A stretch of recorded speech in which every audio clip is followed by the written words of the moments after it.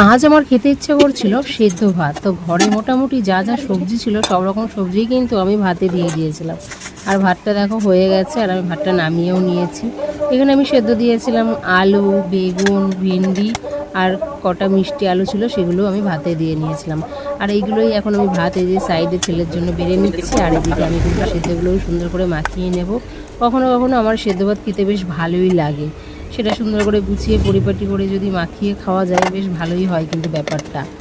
তো সকাল সকাল কিন্তু সেদ্ধ ভাতের জন্য একদম সমস্ত কিছু আমি গুছিয়ে নিয়েছি। আর এবার কিন্তু আমি আলুটা সুন্দর করে একে একে আর কি সবগুলো মাখিয়ে নেব। তো প্রথমেই কিন্তু আমার ঘরে ছিল বোম্বাই লঙ্কা, এটাকে আমরা তো বোম্বাই লঙ্কা বলি, কে কী লঙ্কা বলে আমি সেটা জানি না, সেটা কমেন্ট করে জানিও তোমরা। আর এই লঙ্কাটার একটা সুন্দর একটা গন্ধ আছে, আর ঝাল কিন্তু প্রচণ্ড। তো ওই বোম্বাই লঙ্কা দিয়ে কিন্তু আমি আলু সেদ্ধটা একদম মাখিয়ে নিচ্ছি। আর আলু সেদ্ধটা মাখানো কমপ্লিট হয়ে গেলে তারপরে কিন্তু বেগুনটাও মাখিয়ে নেব।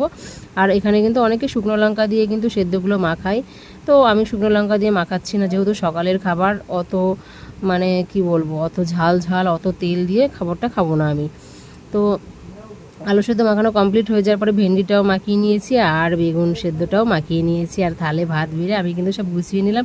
আর সঙ্গে ছিল দুটো সেদ্ধ মিষ্টি আলু, আর তার সঙ্গে একটা শসা, জমে গেল।